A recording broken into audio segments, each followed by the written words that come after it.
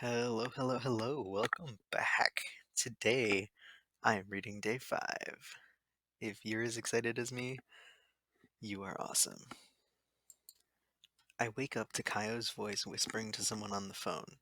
I don't want to interrupt, so I pretend to still be asleep. I know it's not right to eavesdrop on someone else's conversation, but I don't know what to do, and I'm too sleepy to think of a way out of it. Yes, Mom, I told you, everything is fine. The food is good. I'm showering every day, and my clean clothes will last until you're back. He whispers into his phone, and I notice a slight annoyance in his voice. The call isn't on speaker, but I can hear his mom on the other side. I can't understand every single word, but she seems annoyed as well. She's always been that type of person, the type who yells. All right, all right. As soon as Rita is up, I'll ask her to give you a call. But really, Mom, there's no need for that. I'm not a child. He gets interrupted, and his mom continues to talk without taking a breath. Suddenly, she said something that makes Kaio exhale impatiently. Apparently, his mom can hear that too, because right afterward, he starts to explain himself. No, Mom, I'm not huffing. Look, it's too early. I'll talk to you later. Everything is fine. Enjoy your trip. And if you want to talk to me, just text. And without bothering to whisper now, he says, No need to call, and then hangs up. I must have given up on pretending to sleep, and when I realize it, Caio is looking at me as I stare at the ceiling. Sorry if I woke you up, he says. My mom wanted to call because, according to her, she needs to hear my voice to know that I'm fine, because the 200 texts she sends every day aren't enough. Caio laughs briefly, but I can still see that he's nervous. No worries, I was already half awake, I say. My mom is like that too. She sends me 1,000 messages when I'm not around. You should have seen it when she discovered emojis. Kyle laughs, and I feel like a dirty liar because that's not true, except for the emoji part, since my mom loves to overuse them. She never sends me texts out of worry, but when I'm not around, because A, she's not like that, and B, I'm always around. But for some reason, I think that pointing out some of my mom's flaws might make Kaio like his better. And I know, that makes absolutely no sense. Moms, he says with a sigh. Hey, hey, I say, because I have no idea how else to continue this conversation. And then we lie there in silence, doing stuff on our phones, and I wonder how people used to avoid awkward silence before smartphones were invented. Next to Cake Saturdays, Tuesdays are my favorite day of the week because that's when I get to meet with Olivia. A few weeks after I came out to my mom, she suggested I started going to therapy. At the time, I was a little scared because I wasn't sure if she was trying to cure me or if she thought I was crazy. She patiently explained to me that going to therapy doesn't mean I'm crazy. By the way, a lot of people develop issues precisely because they're not in therapy, she said, laughing. Talking to Olivia always makes me feel so good that I wait anxiously for Tuesdays. Therapy isn't like cold medicine where you take one pill and then feel better the next day. I remember the first time I met Olivia thinking she was going to give me all these secrets to happy life and I'll walk out of our session magically thin and hot.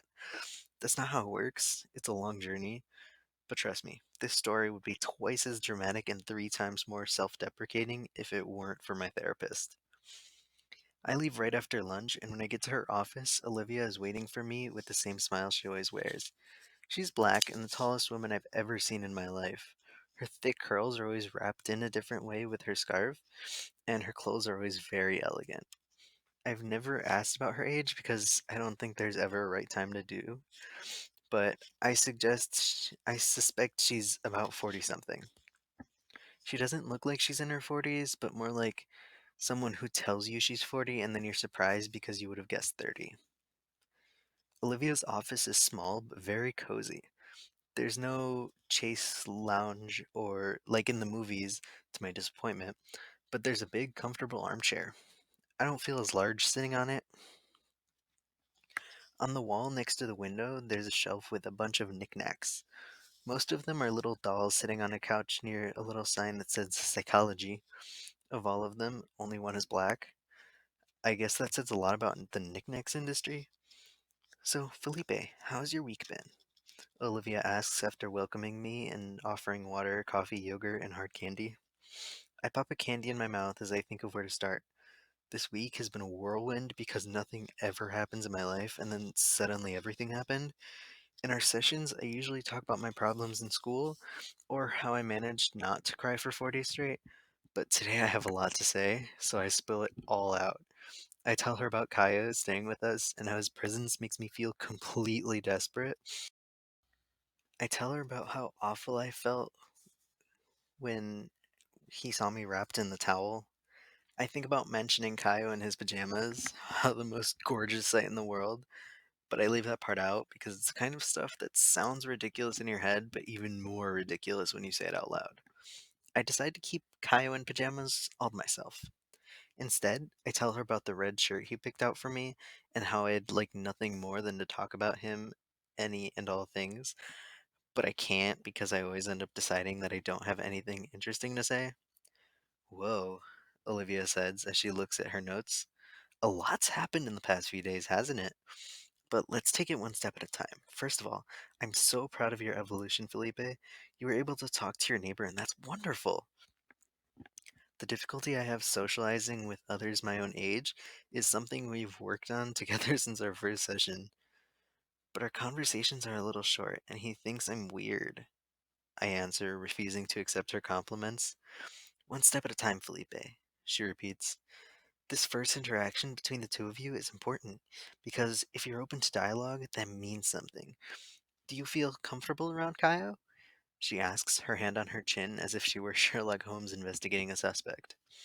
Sometimes I do, sometimes I don't, I respond. When do you and when don't you? We talk at night, before bed, but in the morning I can't say anything. I freeze and just end the conversation with an aye aye, I say frustrated. And do you know why that is? Olivia asks, and I already think I know what she's gonna say.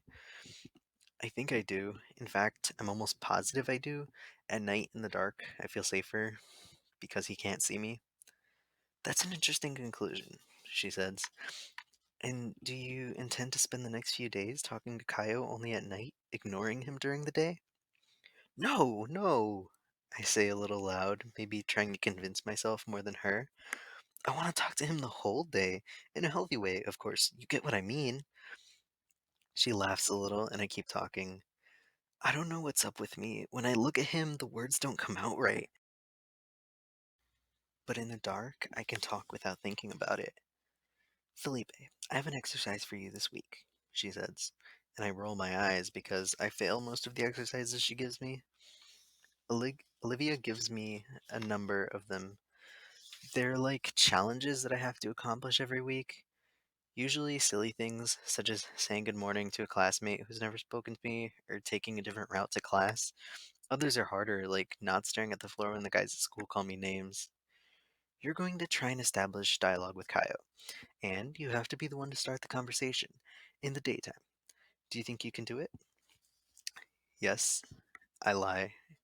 It doesn't have to be a 2 hour conversation, but try hard to find your opinion about a topic.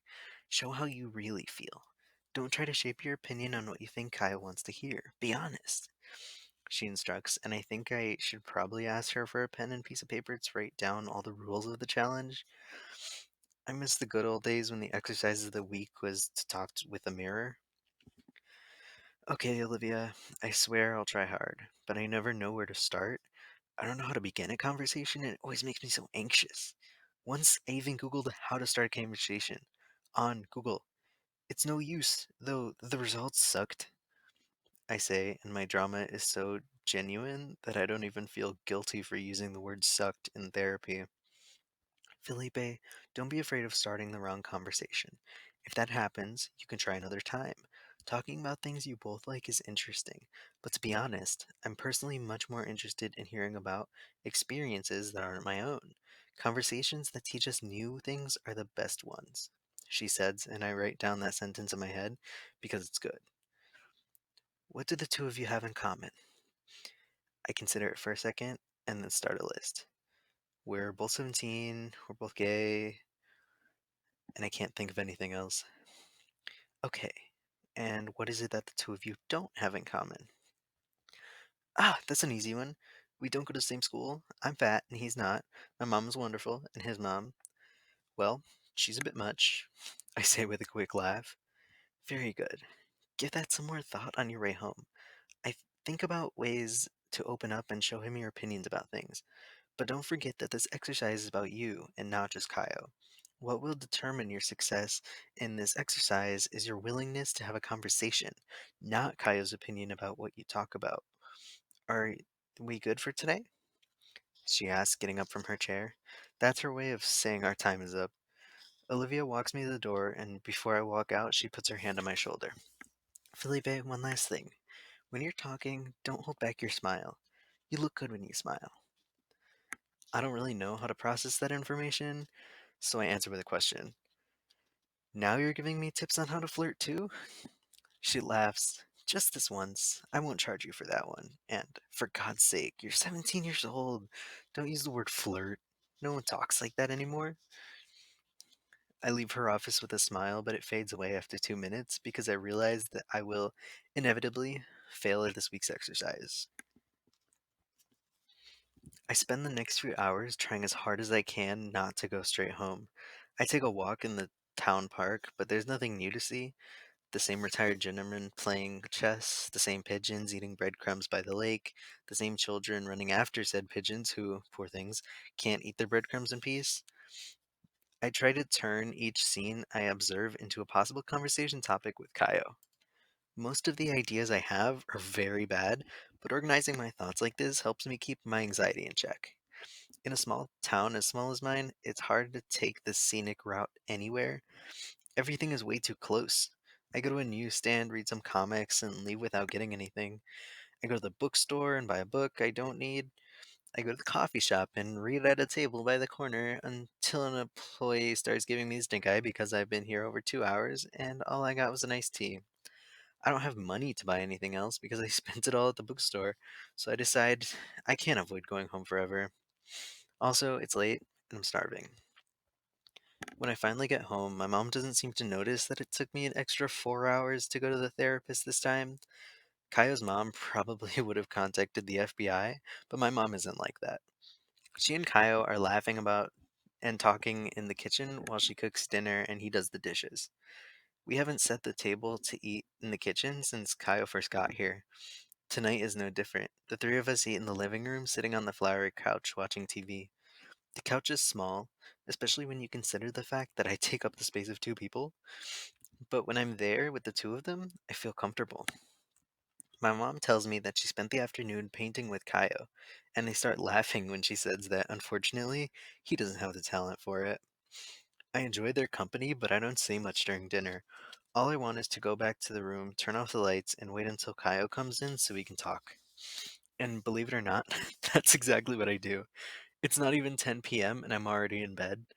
The room is dark and the door is ajar. Of course, Kaio doesn't come right away because no one goes to bed this early. Still, I just lie there and wait. I watch my usual YouTube videos I see on Twitter, and they're making yet another Transformers movie, either the sixth or seventh, I've lost count, and tweet my thoughts about it.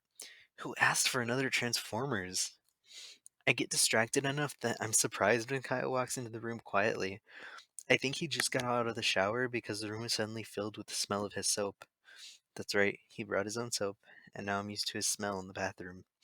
But here in my room, it dominates every nook and cranny. It makes me want to pounce on his neck. Hey, I say in a low voice when he closes the door. He jumps but recovers quickly. Oh, hey, I thought you were asleep, Caio says, lying on the mattress next to my bed. I was just tired, but not sleepy. It was a long day. I try to say in an exhausted voice, but I'm a terrible actor. Where did you go all day? Caio asks, more out of politeness than curiosity. Therapy. And then I was killing time by wandering around town because I didn't want to come back and face you while the lights were still on, I think. For real? Caio seems much more interested now. At the beginning of the year, I told my mom that I wanted to go to therapy, but she didn't think it was a good idea. She said it's for crazy people and that I'm totally normal. I'm glad it's dark and Kaio can't see my eye roll because, seriously, what is wrong with his mother? But therapy isn't for crazy people. In fact, there are lots of people who develop mental issues because they're not in therapy. I quote my mom, indignant as if Kaya's mom could hear me. Did therapy help you with being, gay? Caio asks in a whisper. I think about it for a moment and realize that in the last few months, my being gay has rarely ever come up in sessions with Olivia. I never have issues talking about it. I've always known I'm gay, that I can't change, and I don't want to. My mom accepts me, I accept myself, and that's the end of it. Our sessions mostly talk about my shyness, my weight, and how people see me. Being gay is always a smaller detail compared to the truckload of crises. It helped me with being gay at the beginning, but now it helps me with a bunch of other stuff shyness, anxiety, that kind of stuff. I answer quickly, opening up to Kaio more than I'd like to. He ponders for a few seconds. He seems to be deciding what to do with the information that I go to therapy to help with my shyness. It's funny because we used to be uh, friends, remember? When we were kids? He finally says. Then you disappeared and never came down to play at the pool anymore. And I remember being really upset. As we got older, you'd always just kind of stick to your corner, and I had a lot of doubts. I wasn't sure if you were shy or just a jerk. And then as soon as I got here on the first day, you yelled at me. In that moment, I had no doubts. I thought, he really is just a jerk. I swallow hard, and Kaio hears it because he continues talking hurriedly. Wait, let me finish. Then we started talking, and I don't think you're a jerk anymore, I swear. You're just shy, that's all. Sometimes it's hard to tell the difference. I take a relieved breath. How can you tell the difference? I ask. Between being shy and being a jerk, I mean. It's not easy. Kaio answers in a funny voice as if were an expert on the subject. It's all in the details. The day I got here, for instance, early that morning when I was on my way to school, you came into the elevator and said good morning. Jerks don't say good morning. So you're saying you're a jerk, because if I recall correctly, you didn't answer me. I say, laughing. Kyle laughs too, and in the dim light filtering through the windows, I can see him raise his hands over his head as if he were surrendering after being caught red handed. Fine, fine, I was a jerk in the elevator. I just argued with my mom about spending the next 15 days here. It was my last attempt at convincing her that I could stay home by myself. Obviously, she said no. I was so mad when I left. Kyle tries to justify. I'm sorry. I swear, I am the kind of person who responds to people on the elevator. I would like to accept your apology, but I need proof. Well, I'll show you proof, Kaio says, getting up from his bed. For a second, I think he'll jump on me and kiss intently, and our love will be official. But obviously, that's not what he does. He reaches for his phone and sends a voice message to someone I don't know. Becky, emergency. I need your help to prove that I'm not a jerk. So as soon as you can, I need you to send me a testimonial about how wonderful it is to be my friend. But please, try hard. It needs to be convincing. I need to show my neighbor that I'm an amazing human being. Thanks. See you soon. Bye. He sets into his phone. I'm a little upset that I'm just the neighbor instead of something else. A few seconds later, Kyle gets a response. He hits play, and I hear the girl say, Hey, Kaya's neighbor. I don't believe this kid. His face might be cute, but his soul is cruel. He complains about everything, always shows up late, and wears Crocs, and thinks they're cool. Bye. The recording stops before she finishes her farewell. I'm laughing as I imagine Caio in Crocs. Caio is laughing too because his plan backfired. Becky's my best friend, and I'm sure she's just trying to sabotage me because she's jealous. His phone beeps, announcing another audio message. He hits play, and Becky's voice invades our bedroom again. That last message was a joke, except for the thing about the Crocs, which is totally true. Caio is wonderful, gives great advice, makes divine brigadeiro, and has 3 years of experience as an underwear model. Okay, that last part isn't true, but hey, just to be clear, I am his best friend, and therefore that position is no longer available. There, I said it. Bye. You see? Kyle points at me. I'm not a jerk. There's your proof. I still have my doubts about the Crocs part, I say, evaluating the situation.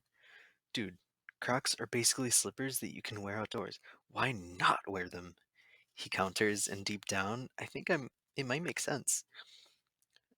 Oh, about the Brigadeiro? I'm interested. I say, thinking about the perfect mix of condensed milk, cocoa powder, and butter, then regret it almost immediately. Because I hate talking about food, because when you're fat and you talk about food, people always think, there goes the fatty talking about food. But Caio doesn't seem to even think about that. He looks excited and promises to make me Giadero tomorrow. We spend some more time talking, and I learn a bunch of random facts about him. He's allergic to honey, he broke the same arm 3 times when he was a kid, and didn't learn how to ride a bike until last year. I tell him random stuff about me too. I like popcorn with no salt, no butter, no nothing, just pure popcorn that tastes like styrofoam. I've never broken a bone in my whole body, but I've always wanted a cast so I could pretend to be a cyborg, half boy, half robot. I tried to give myself a haircut once, and it was the worst decision I've ever made in my entire life. We stay up late sharing stories and minor facts about ourselves. We take turns, and I've never felt like I'm talking too much or too little. When we decide it's finally time to go to bed, I fall asleep feeling more comfortable than ever and believing that tomorrow will be a great day to win in my therapy challenge.